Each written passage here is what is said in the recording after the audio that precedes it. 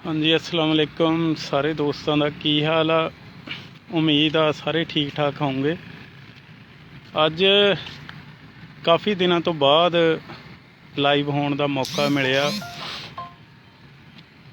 कुछ दिन मसरूफियात कुछ ज़्यादा रही तो अज हुण थोड़ी जी मैं सैर कर रहा सी दोस्तों के नाल ते सोचिया थोड़ी जी गलबात हो जाए। गलबात जिहड़ी अज करनी है वो असल च शुरू हो रही है। कुछ दिन पहले किसी ने पोस्ट की हुई सी मियाँ साहब का जोड़ा वो शेर आ बहुत मशहूर आ कि लै यार हवाले रब दे मेले 4 दिनां दे उस दिन ईद मुबारक होसी जिस दिन फिर मिलांगे। तो वो जदों भी ये शेर पढ़ने च गुजरदा या किसी ने पढ़िया हुंदा सुनदा बंदा तो बंदे नूं इहदे विच जिहड़ा दर्द आ जिहड़ा गम उन्होंने लिखिया उहदी समझ आउंदी आ कि ये जिहड़ा गम आ ये इदां दा गम जिहड़ा आ शायर लोग उन्होंने उन्हां लोगों वास्ते शायद नहीं लिखिया जिहड़े दुनिया च विछड़े हुंदे उन्हां तो। ये उन्हां वास्ते हुंदा जिहड़े दुनिया तो चले गए हुंदे। ते इस हवाले नाल मैं भी कोई 2 लाइनां लिखियां सी तुहाडे नाल साझीआं करूँगा। लिखिया कि जावन वाले छड्ड के टुर गए पंड दर्दां गवां विछोड़ियां दी। जावन वाले छड्ड के टुर गए पंड दर्दां गवां विछोड़ियां दी। रब जाने साझां क्यों छड्ड गए रखी लाज ना हत्थां जोड़ियां दी। ते सानू थलां दी साड़दी रेत बीबा इन्हां खुल्लियां लम्मियां चौड़ियां दी। अखलाक अहमदा टोबे नूं परत भी आ मेहमान ए जिंद पलां थोड़ियां दी। मेहमान ए जिंद पलां थोड़ियां दी। ते थोड़ा जिहा जिहड़ा है आ कि ये तो अपनियां कोई लिखियां 2 लाइनां सी। कुछ होर जिहड़े आ शेर वो भी याद आए आ। एक तो ख्वाजा साहब का लिखिया आ बहुत मशहूर आ वो भी कलाम कि विछड़ गया सज्जना दियां तांगां मेरे अलड़े जख्म जगाए। बिलक बिलक परदेसियां कारण मेरी अखियां ने सावन लाए। अल्लाह जाने क्यों देरां पईयां लंघ साल गए नहीं आए।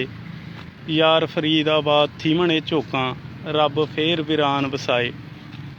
तो एक ज़ियारत शाह साहब का लिखिया होया कलाम कि जद कोई कोयल कू कू कूके कूंज जदों कुरलावे।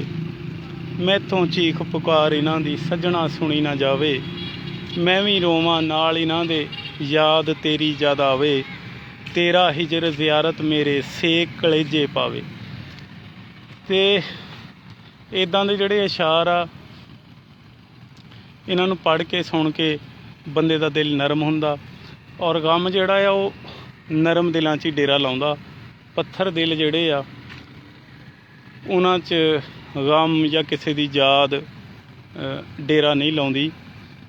ते बाकी इहदे नाल थोड़ी जी गलबात ये आ कि कुछ दोस्त अहबाब जिहड़े आ उन्हां दे ख्याल च कि शायरी या कुछ थोड़ा बहुता लिखना उदों ही हुंदा है जदों किसी का कोई दुनिया च विछड़िया होवे। ये लाजमी नहीं हुंदा। दिल नूं गम जिहड़ा उन्हां लोगां दा भी उन्हां लोगां दा ज़्यादा असर करदा जिहड़े दुनिया तो चले गए हुंदे आ क्योंकि उन्हां दे वापस आउण दी कदी भी कोई उम्मीद नहीं हुंदी। असीं उत्थे जाना वो वापस नहीं आ सकदे। यही अल्लाह तआला दा निज़ाम आ। ते शायद इस वास्ते ही मियाँ साहब ने लिखिया सी कि लै ओ यार हवाले रब दे मेले 4 दिनां दे उस दिन ईद मुबारक होसी जिस दिन फिर मिलांगे। ते बाकी ये आ दुनिया दे विच जिहड़ा है आ प्यार ही वंडना चाहिदा क्योंकि उधरों इंसान दियां अखां बंद होईयां उधरों इंसान एक याद बन के रह जांदा। बाकी सारा कुछ जिहड़ा वो इत्थे ही रह जांदा। ते अपना जिहड़ियां लिखियां 2 लाइनां सी वो मैं दोबारा तुहाडे नाल साझियां करके इजाज़त लऊँगा कि जावन वाले छड्ड के टुर गए पंड दर्दां गवां विछोड़ियां दी। ਰੱਬ ਜਾਣੇ ਸਾਂਝਾਂ ਕਿਉਂ ਛੱਡ ਗਏ, ਰੱਖੀ ਲਾਜ ਨਾ ਹੱਥਾਂ ਜੋੜਿਆਂ ਦੀ। ਤੇ ਸਾਨੂੰ ਥਲਾਂ ਦੀ ਸਾੜ ਦੀ ਰੇਤ ਬੀਬਾ, ਇਹਨਾਂ ਖੁੱਲ੍ਹਿਆਂ ਲੰਮਿਆਂ ਚੌੜਿਆਂ ਦੀ। ਅਖਲਾਕ ਅਹਿਮ ਦਾ ਟੋਬੇ ਨੂੰ ਪਰਤਵੀਆ, ਮਹਿਮਾਨ ਏ ਜਿੰਦ ਭਲਾਂ ਥੋੜਿਆਂ ਦੀ। ਤੇ ਇਹ ਸੀ ਕੁਛ ਗੱਲਬਾਤ। ਹੱਸਦੇ ਵੱਸਦੇ ਰਹੋ ਤੇ ਖੁਸ਼ ਰਹੋ, ਦੁਆ ਕਰ ਦਿਆ ਕਰੋ।